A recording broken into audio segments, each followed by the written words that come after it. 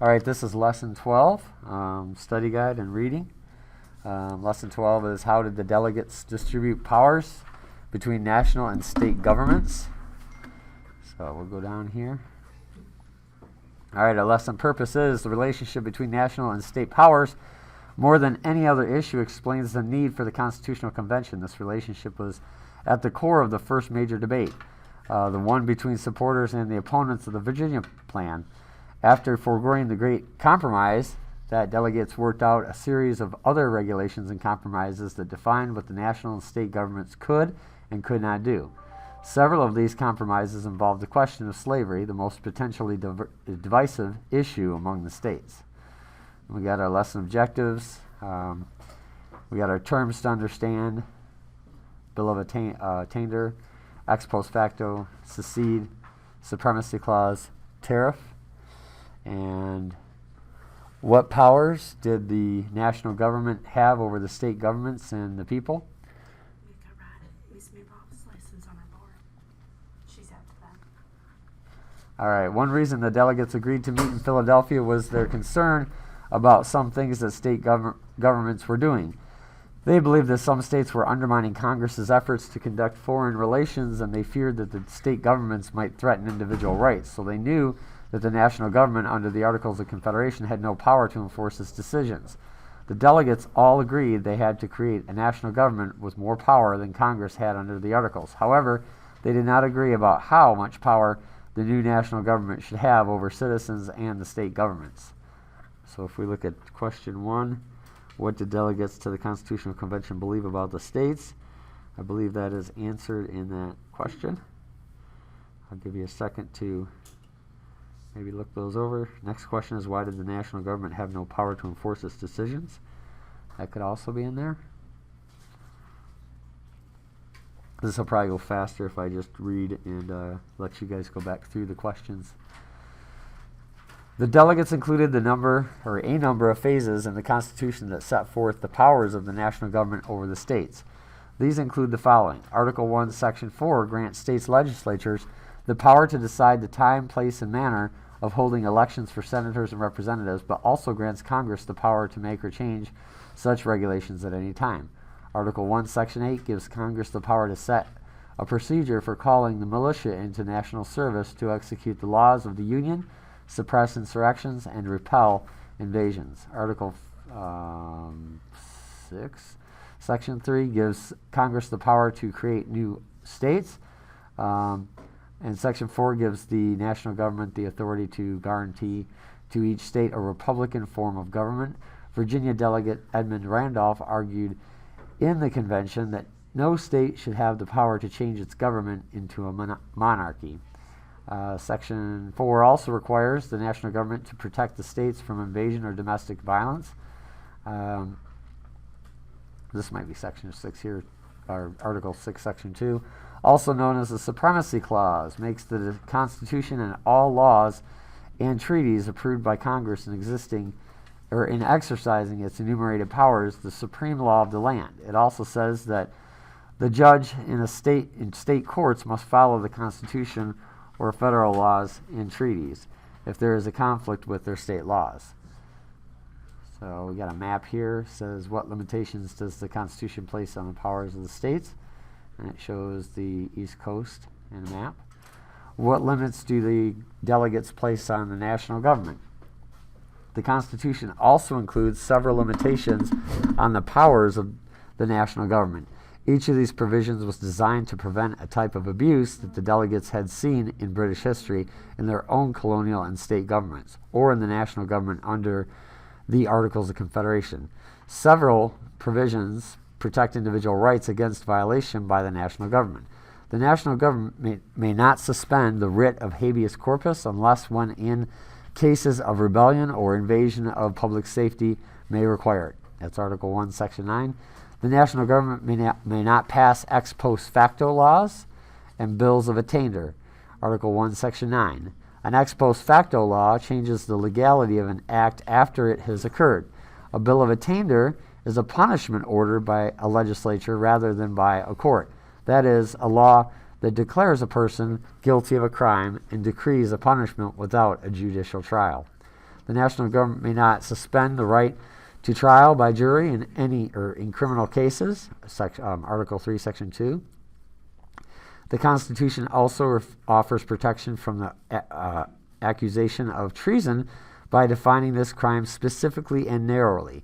Article 3, Section 3, Congress cannot modify this definition. It can be changed only by a constitutional amendment. We have a political cartoon. What are your religious beliefs?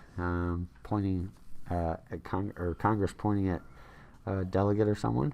Why do you think the Constitution prohibits Congress from imposing religious tests on people nominated for public office? Do you agree with this prohibition? Why or why not? Several other limitations protect the political independence and other rights of public officials. Members of Congress cannot be arrested during attendance at the session of their respective houses unless they commit treason, felony, and breach of the peace. Their speech or debate in the halls of Congress is also protected. Article 1, Section 6. Congress cannot impose a religious test on people who hold national office. This means that people cannot be required to express certain religious beliefs as a qualification for holding office. If members of the executive or judicial branches are accused of misconduct in office, then the impeachment clauses, Article 1, Section 3, protect the right to a fair trial. The national government cannot take money from the Treasury without an appropriation law, nor can it grant titles of nobility. What limits did the delegates place on state governments? The Constitution also limits the powers of state governments by not nearly as much as Madison had hoped for in the Virginia Plan. Many of the Constitution's limitations on state power are in Article 1, Section 10, which prohibits states from creating or coining their own money, passing laws that enable people to violate contracts, such as those between creditors and debtors, making ex post facto laws or bills of attainder, entering into treaties with foreign nations or declaring war, granting titles of nobility, laying duties or taxes on imports or exports except as necessary to pay for inspections, keeping troops or ships of war in times of peace. In addition, Article 9 prohibits states from unfairly discriminating against citizens of other states, refusing to return fugitives from justice to the states from which they have fled. Many of these provisions, including the prohibitions on states making treaties, declaring war, or keeping armed forces in times of peace, were not new. They also had been part of the Articles of Confederation. Other limitations, such as the prohibition on impairing the obligation of contracts, arose from the delegates' experiences in the 1780s, when some state legislatures attempted to pass laws releasing people from the responsibility to pay their debts. Then we've got a what do you think question box here. How did slavery affect the distribution of national and state powers? Many delegates opposed slavery, and several northern states have begun to take steps towards abolishing it. Virginian James Madison stated at the convention that he thought it wrong to admit in the Constitution that there could be property in men. Therefore, the words slave and slavery never appeared in the Constitution, even though several provisions clearly protected the institution. Give me just a second. My computer's doing really weird stuff right now. It just does not like to cooperate sometimes. Okay, so we have another image here. What provisions of the Constitution protected slavery?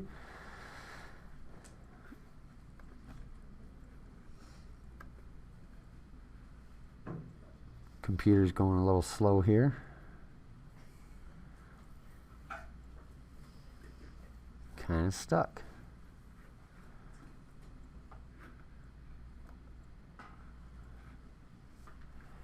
Well, that's really a bummer.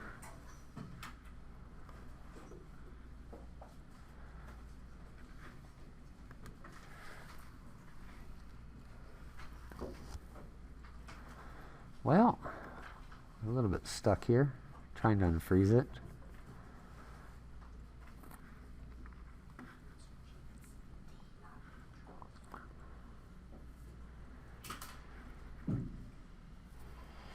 I think I might have to kill the mirroring here.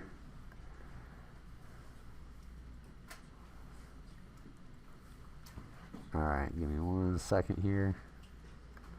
Trying to get some more memory freed up.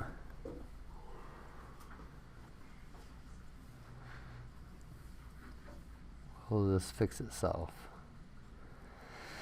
We're so close, I hate to lose it now.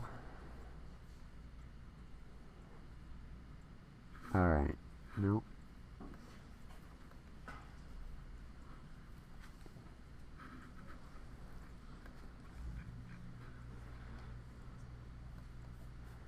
I'll try to close it real quick and reopen it.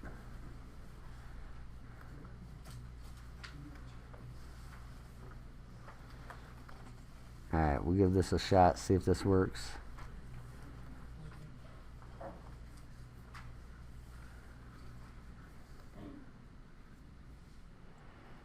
It's trying to load all these tabs that opened up on its own.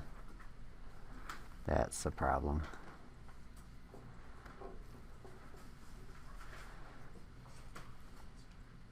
Alright, trying to get this to close. It's definitely what's killing my memory here.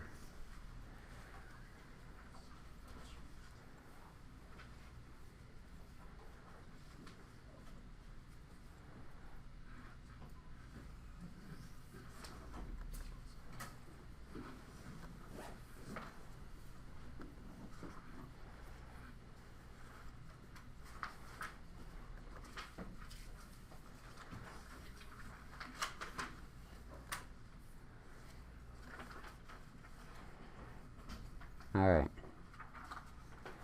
Here we go.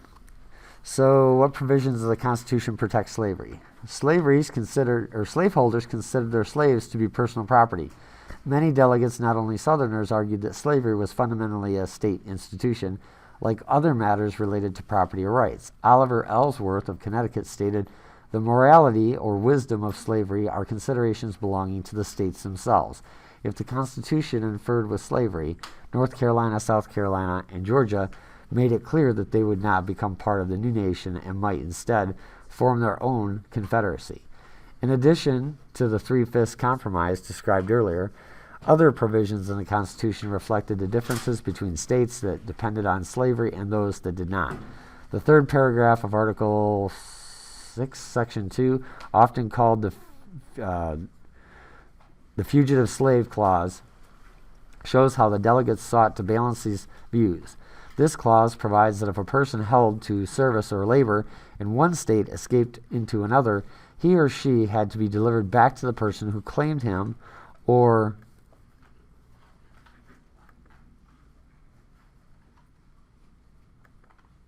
give me a second, or her in an early draft. This clause began with the words, no person legally held to service and labor in one state. On the next to the last day of the convention, the delegates changed this to no person held to service or labor in one state under the laws thereof.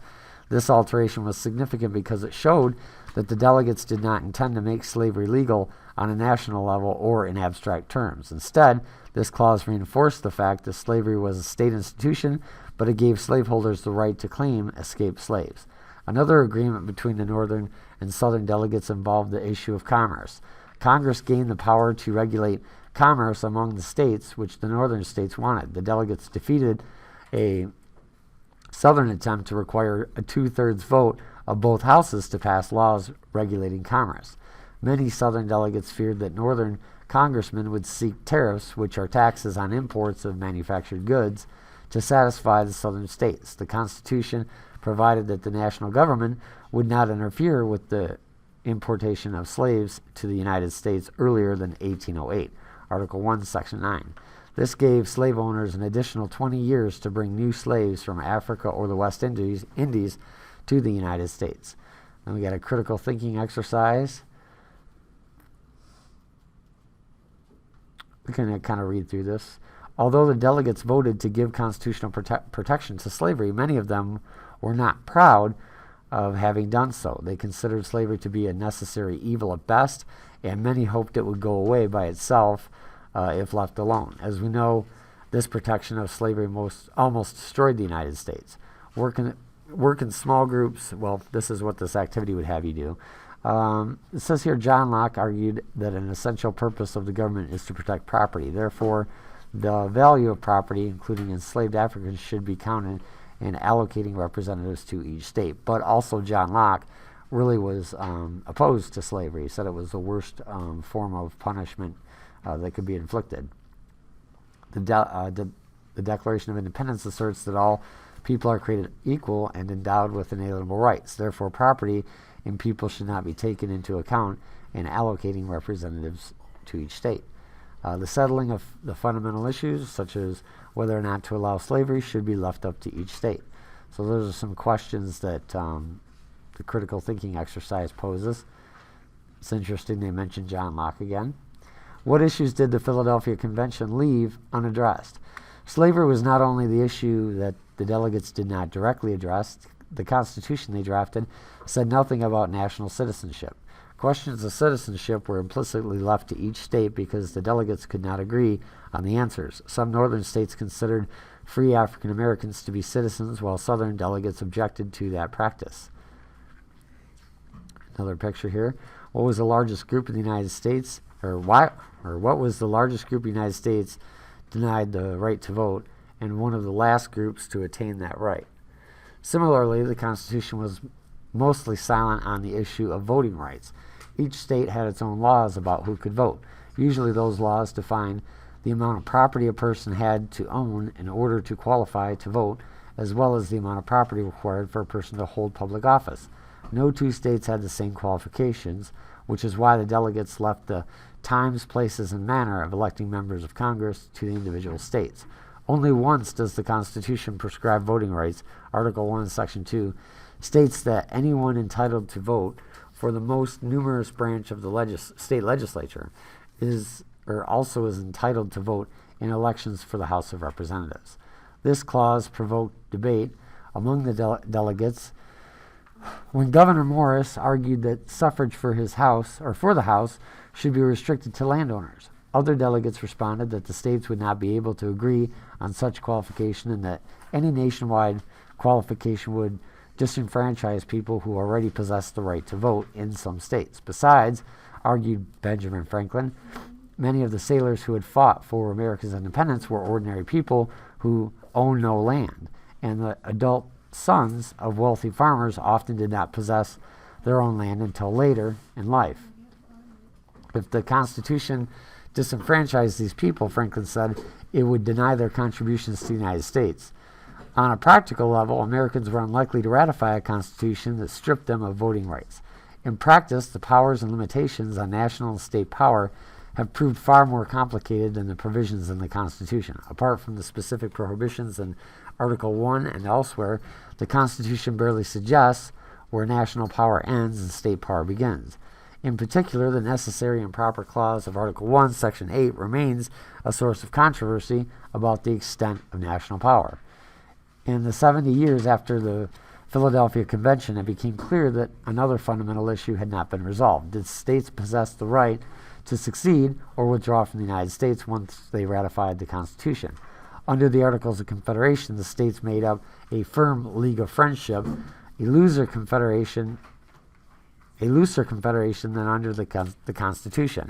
At several points between the 1790s and 1861, states argued that they retained the right to secede if the national government enacted measures that they considered to be intolerable.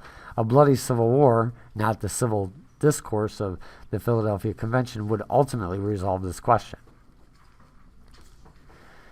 What arguments might states use to claim the right to secede from the Union? Now we get to the reviewing and using the lesson. What is the Supremacy Clause? Why is this important? How does the Constitution balance state powers with powers granted to the national government? And how does it limit each set of powers? So these are the reviewing questions for the lesson. And that drops us off at lesson 13. So now that we've read it, you can go back through the study guide in the chapter and answer the questions.